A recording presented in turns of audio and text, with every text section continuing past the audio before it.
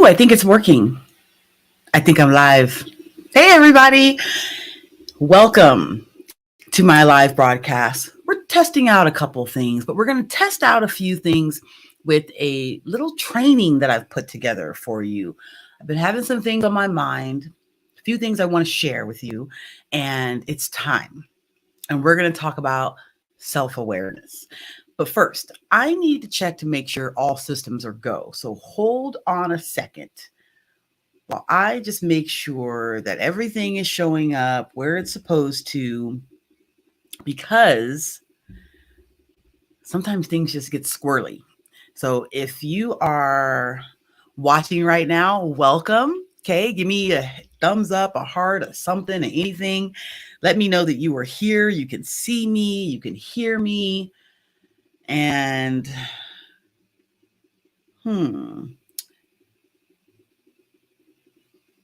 I don't know that the connection is doing very well, but if you are watching,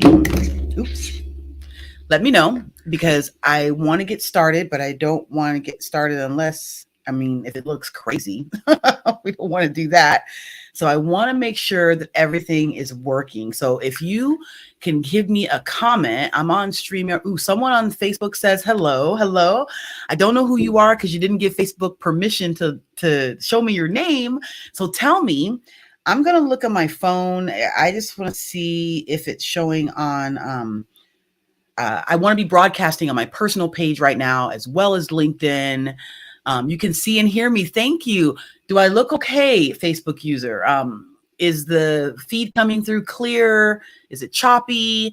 I would love to know your feedback on that, because I'm checking my personal page to see if it's showing up there. Ooh, and it looks like it is. Fabulous. Okay. Hello to all of you on my personal Facebook page. And then I'm going to check my business page too. Hey, James. James is over on LinkedIn. What's up? Okay, we got the LinkedIn people in the house. I see you. Working great. Looks forward to the broadcast. Oh, thank you, James. Awesome. And Kalisha, excellent. Thank you so much. Hey, Kalisha, we have not chatted in a minute. And Imu, I think it's Imo. And I know we talked about this before, so it's been a minute since I've seen you as well. So I do not want to mispronounce your name, but she's over on LinkedIn as well. Kalisha's here on Facebook. Thank you so much. Okay, good. So that is good that you can hear me. You can see me. I see the hearts coming in. I see everything. If you're watching live, do me a favor. You know how it goes. Give me a hashtag team live. Or if you are watching the replay, give me a hashtag team replay in the chat or in the comments, because that's really helpful for me to know like when people were watching and things like that, as I figure out times that make sense for everyone. So I can see LinkedIn is great. That is good. I can see that we are like Eskimo. Yes. Emo like Eskimo. Thank you. Yes. Like Eskimo. I love it. Thank you for giving me that. I think it's mnemonic device. No, that might be not it. Or there's a way that you're telling me how to pronounce it. Let me just check in one other place here. Let's see. Because I'm going to get started in 2 seconds. So let me put up the little banner to show you what we're going to be talking about in a moment. So if you are hanging out and you're like, what's Kenyatta got going on right now? This is what we're going to be talking about. Deepening your self-awareness, practical tools for coaches and consultants. It's going to be really quick. There's like 5 or 6 things I want to share with you right now, especially if you are a coach or consultant and you are in the business of helping people with whatever your modality is, right? I don't want to talk so much about the clients that you help as I want to talk about you and your self-awareness. I just need to check one other place to make sure that this is coming up here, because it should be on YouTube too. So I want to double check that, and we're going to jump right into it. If you have questions about anything I'm saying, please feel free to put them in the comments. I'll be keeping an eye on that so I can answer your questions. And I'll have a couple of resources for you towards the end that we can talk about as well. But let me just see if it actually shows up over here, because I don't know how that looks. And then we're going to jump right in. Just got to make sure all the technologies are working. Oh, it's working there too. Okay, good. All right, let's go. Thank you so much for being here. Let me just go back over here. Team Live, thank you so much. Yes, Team Live. Oh my God. And I love LinkedIn. I love when people come over. LinkedIn's my jam. I say hashtag LinkedIn is magical. Nothing against Facebook or YouTube or all the other things. But There's something special about LinkedIn. If you agree, then let me know in the chat. Okay, because I definitely love it. So let's talk a little bit about really quick. This is only going to be about 10 or 15 minutes. I mean, oh yeah, Eskimo is a way for you to remember how to pronunciation of my name, your name. Yes, I appreciate that. Because that is really helpful. With a name like Kenyatta, I do understand that sometimes people sometimes can have a challenge with your name. So this is what I'm going to talk about, and I will be done in 15 minutes. Okay, so this is going to be very quick, um, and I'll be back on live later today. You may have seen a post about that. So around 2 o'clock, I'll be back here. But right now, I want to talk about deepening your self-awareness. Why is that important? Okay, it's going to be very high level. What I'm going to share with you now, we're going to talk about understanding your self-awareness, exploring limiting beliefs that can come from that, emotional intelligence and how that ties into it. Mindfulness, what does that mean? Building strong relationships, why is that important? Overcoming and avoiding behavioral biases. Okay, think about that for a second. Self-care, why does that matter as well when it comes to self-awareness, right? So just some high-level things that you're thinking about if you're a coach or consultant, and why you might want to focus on yourself before or at the same time as focusing on your clients, right? Why is that such an important practice that we do not want to take time to skip? All right. So if you think about self-awareness, it is really, and let me just back up here and tell you why I'm even teaching this and why you should be listening to me. If you are, you may not know why you should be listening to me about this particular topic. However, it's something I specialize in, not only for myself, but I'm a coach to coaches. I coach coaches and consultants. I certify them. I talk a lot about behavioral awareness and self-awareness and self-love and self-esteem and how all that ties into how you show up in the world and ultimately how you help others in the world as well. So this topic of self-awareness is really key and foremost in everything that I do, that I coach, I teach, and I train.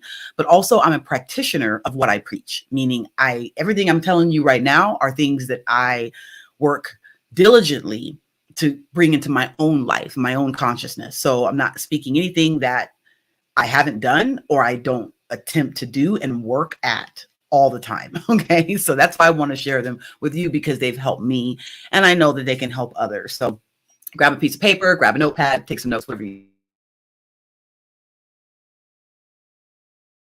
recognize and understand a person's own thoughts and feelings. Okay. Their behaviors and how those things affect other people. So it's a conscious, intentional, reflective process of your own identity, of your own style, your own beliefs, your values, your motivations, right? That no one else can really tell you those things. And that's, I think, what this is really about, is that the fact that no one else can tell you these things.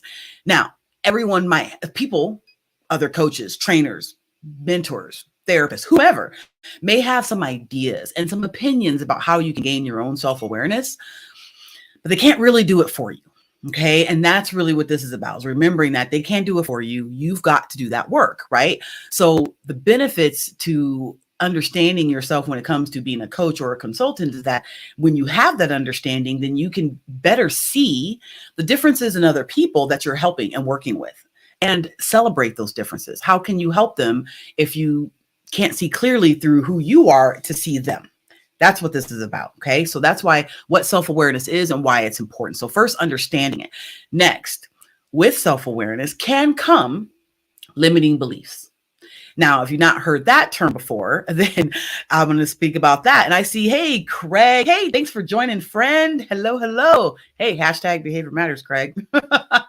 So think about limiting beliefs. Like, where do they come from? What's that all about? Okay. Well, it's the thoughts and the state of mind that you can be in that, like, an individual will have that they believe to be true. A belief that you believe to be true. Now, whether or not it's limiting, okay, now that remains to be seen, right? Because if it's something that can restrict you from becoming who you want to be, or it is about yourself, or it's about the world at large or other people, it might be able to prevent you from achieving your goals, the things that are important to you, because If you're trying to live a fulfilling life and you have what we call limiting beliefs, then you may be telling yourself that you're not good enough, you're too old, you're too young, I can't be successful. Women aren't allowed to do that. Men can't do that. People who look like me can't do that, whatever it is, right? And so this can prevent you from not only living a fulfilling life for yourself, but if that is going to happen for you, then that will make it just that much more difficult for you to be able to help your coaches and your or your clients that you're helping, right? Because we're talking about coaches and consultants here specifically. Now, what I'm saying here is not just for coaches and consultants. You can probably figure that out if you're just listening to me. This is for any kind of people interaction. But as a coach, which I am, again, these are things I have to be aware of in order to be the best, most effective to my clients. And as someone who coaches and certifies and trains them, that's also part of it as well. So that's who I'm speaking to right now. But it doesn't mean that if you aren't a coach or a consultant, this is irrelevant. Okay, this is going to apply to you and your relationships as well. So understanding the impact of that limiting belief and how it can affect your coaching and consulting. Well, if you have limiting beliefs, not only about yourself that you're not able to figure out how to overcome, you may have a client that also has limiting beliefs that you may find yourself falling into that belief system that they have, or not being able to recognize that what it is you're trying to help them with is simply a limiting belief. So you might say then, well, how do I go about helping a person who is having that challenge, that issue? You know, what does that mean for them if I'm not able to see through that? Okay, well, let's talk about that. It's challenging to identify also sometimes a limiting belief because it could mask itself as something that is positive. So we have to be careful about that first. However, here is like a litmus test that I will give you that is helpful for me. Now, there's a quote that I've always say, and I've said it many times. I actually put it in one of the 365 days of, I think it was 365 days of inspirational quotes. I think that's where I added that in this book. That is, your self-fulfilling prophecy can either limit you or liberate you. Okay, so let me repeat that. Write that down, put in your notes, put in the comments for someone else to see. Your self-fulfilling prophecy can either limit you or liberate you. So let's talk about limiting beliefs for a moment. If you do have them about a particular aspect, let's say about yourself or something you want to accomplish, and you're already telling yourself it's not possible. You don't have enough money, you're too tall, you're too skinny, you're whatever. Okay, whatever it is you're telling yourself, ask yourself the question. If you're not sure if that's a limiting belief, then ask yourself the question. First off, think about what a self-fulfilling prophecy is. I mean, it's a phenomenon, okay? It's the idea that if you believe in something, you think something, and you say, oh, that's probably going to happen, then when it happens, then that was a self-fulfilling prophecy. You prophesied that that thing would happen in the future. So when it does, you just fulfilled your own prophecy, okay? So it happens to people all the time about all different types of things. So if you think of limiting beliefs as something that you believe to be true, just like a prophecy, ask yourself, is the thing that you believe to be true, is it limiting you or liberating you? Is that belief you have about yourself and your goals, your aspirations, your vision, or the thing that the idea, belief you have about other people or the world at large, is it a limiting thought or a liberating thought? And if it's a limiting thought, you'll know it right away. And if it's a liberating one, it will seem the opposite of the limiting one, right? So think about that as just a little litmus test, right? Just ask myself, is this liberating or limiting? And you should have some clarity on that thought and whether or not it believes it should stay in your head. Okay. And you should give any more energy to it, because the more, we are who we think about, right?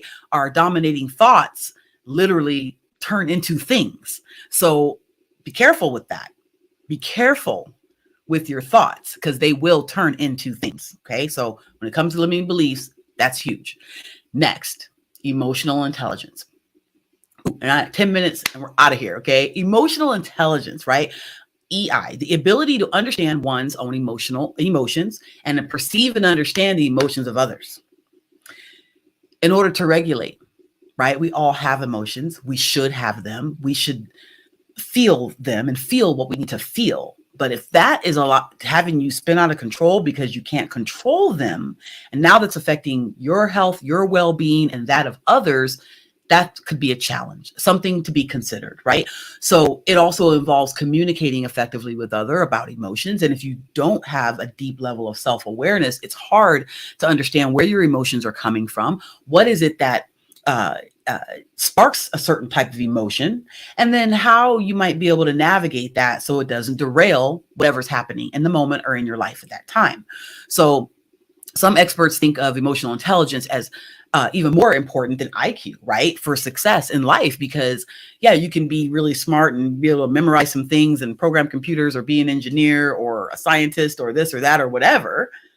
But if you can't manage your emotions, it's going to be challenging to communicate with people, work in groups, push through the challenging times in your life, accomplish the goals that you want, and so on and so forth. Okay. That's also part of self-awareness, is understanding your emotions and where they come from and the type of situations that occur that cause one emotion or another. This is extremely important if you're coaching people, if you're a consultant for someone, if you're in a business that's trying to help someone, teach them or help elevate them.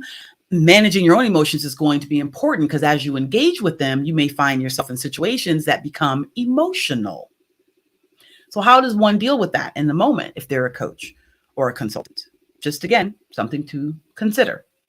So thank you so much. If you're watching right now, I appreciate it. I see you guys here. If anything is making sense, if you're picking up what I'm putting down, please tell me in the chat. Let me know. I would love to know your feedback or any questions you have. Or if you're just like, yes, Kenyatta, that makes sense. Or no, that does not make sense. I do not know what you're talking about, and that sounds crazy. You can say that too. I'd be okay with that. So comments, questions, concerns, complaints, I'll take all of them. Next. Oh, so let me just back up. So far we've talked about understanding self-awareness, exploring limiting beliefs, emotional intelligence, and now let's talk about mindfulness. And then we're going to speak about building strong relationships, avoiding behavioral bias, and we're going to end with self-care. Okay. So real quick, mindfulness, right? You know, this is something I didn't understand anything about several years ago. Not in this context. It's a word that's very popular now, but I don't remember always hearing it, at least when I was growing up. It just wasn't really a topic. But I can tell you that one of the things about me is my behavioral superpowers is I'm an outgoing, fast-paced influencer. I'm going to stop there for a moment and just talk about the fast-paced component of that. We have a spectrum that we measure behavior on, and one of the factors that we measure is called the patience factor. One side is patient, the other side is fast-paced. What that means, someone says, hey, this is great. Thanks, Facebook user. I don't know who you are, but I appreciate you. Tell me your name. So one of them is fast-paced, and that's me, which means I'm not usually patient at all. Okay, I'm not wired for it. Doesn't mean I can't be or won't be, but it means I have to really learn to be. It's not my natural way of being, if you know what I mean. Now, if you knew me many years ago, like 10 years ago, 12 years ago or so, you probably wouldn't have thought of me as an extremely patient person. Maybe I was, and I could be, but not how I am now. Not to the point where people now say to me, oh my gosh, Kenyatta, you were so patient. Or, I can't believe you were so patient with that person or that client or that situation that happened. Patience is there within me, but it doesn't always show itself. But ultimately, I realized that was a personal development area that I wanted to work on. I needed to understand how to turn that on in the moment much faster than I normally could, right? And really what it helped me do that is mindfulness. The act of being in the moment, the understanding of what meditation is, and applying that to, I was already doing yoga, but when I applied mindfulness to that was a game changer, right? Learning to breathe, learning to stop and feel what I'm feeling right now in this moment, blocking out all of the distractions and paying attention to what's happening, not only within me, but what might be happening in front of me. Being mindful of the way the trees are swaying in the wind. Being mindful of how my breath is. Is it short, or am I able to take long, deep breaths? Being mindful of someone else's energy that I feel off of them, right? These are the things that I had to truly learn that ultimately help me with my patience. It sounds simple, but it's not for someone like myself. Okay. So that's just one example. Think about mindfulness and the self-awareness that comes from being able to be mindful. Okay. So many different things. I'm not giving a class on mindfulness right now, but I'm giving you some high level things, again, as a coach and a consultant that ultimately can help you be more effective with your clients through self awareness. So, building strong relationships as we move on. We're almost done, 5 more minutes, and I'm out. Building strong relationships, the importance of strong relationships with clients, right?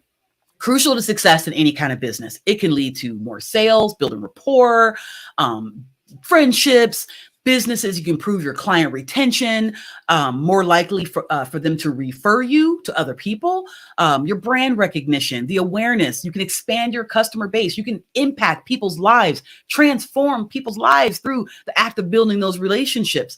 Maybe get ideas about future products and future things that your clients may need because you have the relationship. They'll share that with you. You help them. Zig Ziglar said it. You help enough people get what they want, you'll get what you want. But that comes through the act of building relationships. So the one of the main important reasons of self-awareness and building relationships is you have to understand who you are and how you're wired. How do you want to show up? Who are you? Why are you? That's going to go eons into helping you build stronger relationships with other people. The self-awareness you have about yourself will help you understand them, to help you flex your behavior in the moment to meet other people where they're at. It's about communication. It's about energy, empathetic energy, right? So if that is the case, then you have to know yourself in order to be really effective at the other thing. I mention this because I know in the business I'm in that many people I run across do not spend the time to really get to know themselves. Oftentimes they spend more time comparing themselves to other people or suppressing themselves and who they are because they can't truly identify that. They've been judged. They have those self-limiting beliefs. They don't feel like they're enough, right? There's people out there that feel like that. Hopefully that's no one who's listening right now. But if it is you, then you know what I mean by that. And if it isn't you, then you've figured out a way to transcend that. And congratulations, right? The things I learned, I'm sharing with you because maybe they'll help you or someone else, right? So if you have something that you've learned that's increased your level of self-awareness, I want to know that as well. I use a behavioral exercise to do that, which I'll tell you about later, but there's other ways to do it. And that's what I'm talking to you about now. Okay.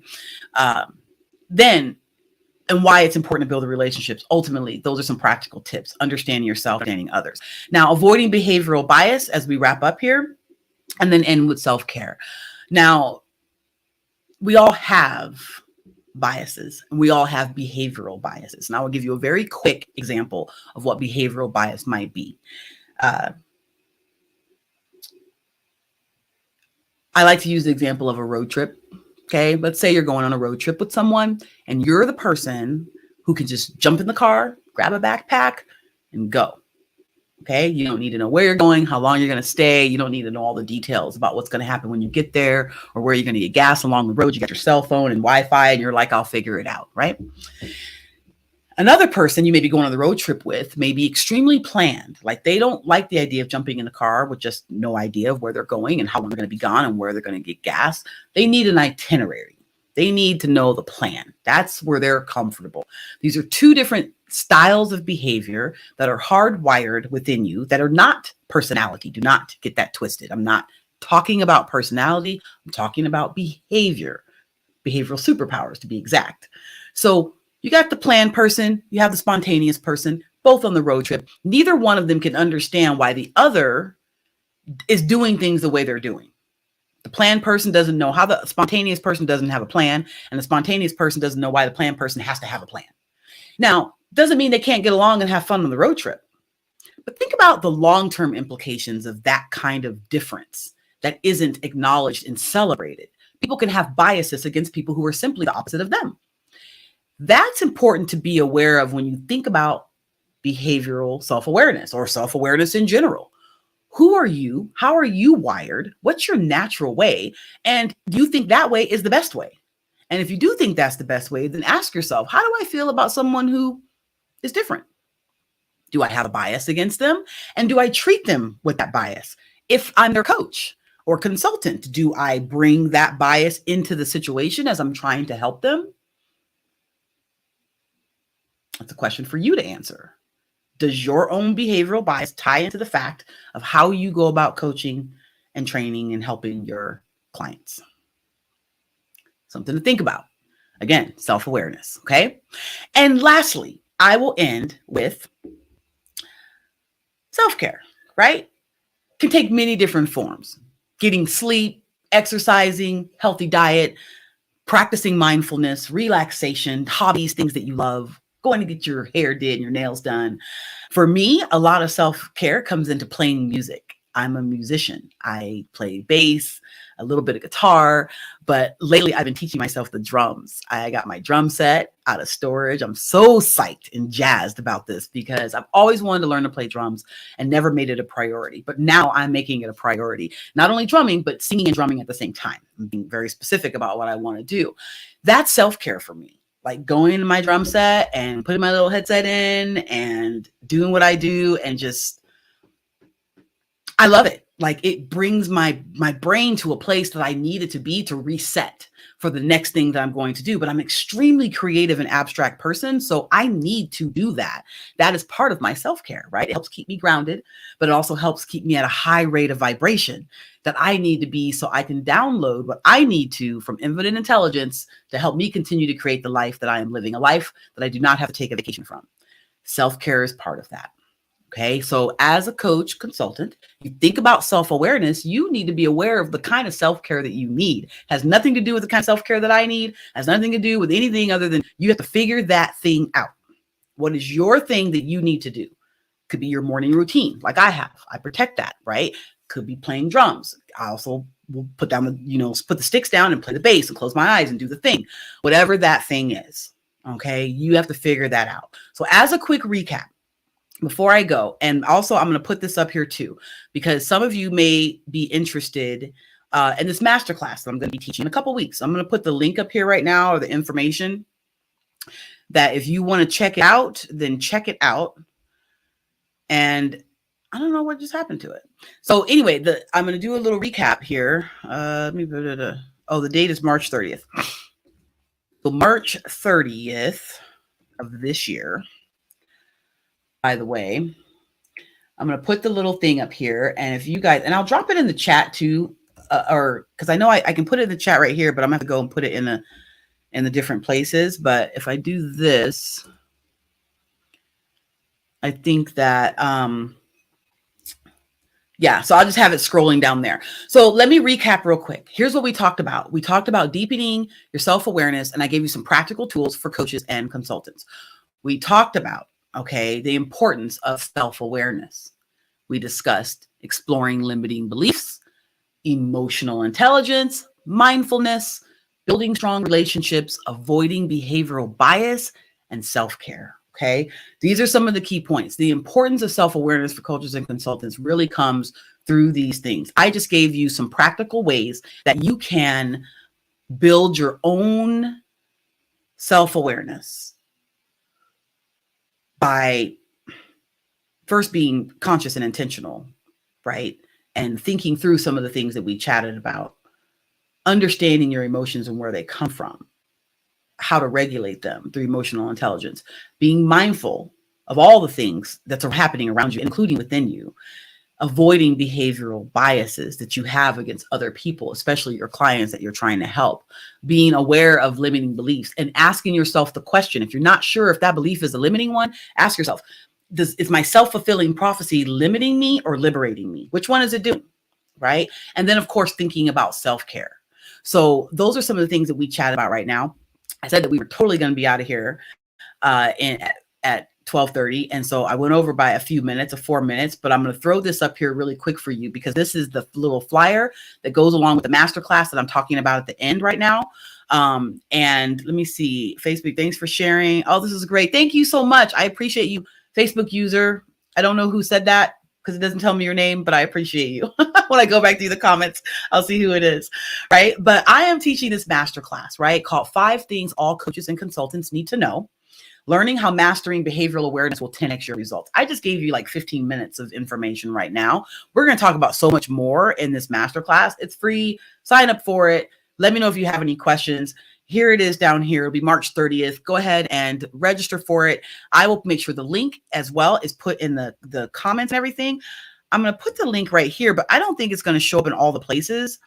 I don't know where it shows up, but I just tried to drop it in here, and I'm using StreamYard right now, so I don't know how all the things work. But either way, I appreciate you so much for being here and hanging out with me and learning about self-awareness, right? How it is important if you are a coach or a consultant, and how these are some practical tools. And one time, real quick, understanding self-awareness, exploring limiting beliefs, emotional intelligence, mindfulness, building strong relationships, avoiding behavioral bias, self-care. Okay. That is where you can start. Building self-awareness is going to make you more impactful with your coaches and clients. And you want to learn more, some other things that all coaches and consultants need to know, then check out my masterclass on March 30th, right down there at the bottom. Thanks for being here. My name is Kenyatta Turner. I don't even think I said that earlier, but I'm assuming if you're watching this, you figured that out because it's right there at the bottom of the screen. I'm Kenyatta Turner. I'm the CEO and founder of Freedom Empire Consulting, where I coach, influence, and protect. But I am also the co-founder of a Black-owned behavioral science firm called DreamSmart Behavioral Solutions. I'm the Chief Behavioral Superpowers Officer and Master Trainer, and we are a behavioral science firm that offers validated real-time behavioral insights to help people understand who they are and why they are, not only for individuals, but for corporations, enterprise, students. It doesn't matter if there's a person who wants to understand themselves better or someone who wants to teach people how to understand themselves better, then we can help you at DreamSmart Behavioral Solutions. So very excited. Thanks for watching, and make sure you let me know if you're watching #Team Live, #Team Replay, and I will see you next time. Actually, I might see you in a couple of hours, because in about 2:00, I'm going to be going live again with my good friend, Crystal Richardson. It is her book launch day, and she has a book called The 51 P's of Public Speaking. This book is the bomb. Like, seriously, you need to get it. You need to know about her. You need to know about the book. So come back here at 2:00, and I'm going to be interviewing her about her book, and you'll have an opportunity to get it because today is launch day. All right. Thanks, everyone. See you later. I am Kenyatta. And remember, #Behavior Matters. Have a good one. Bye.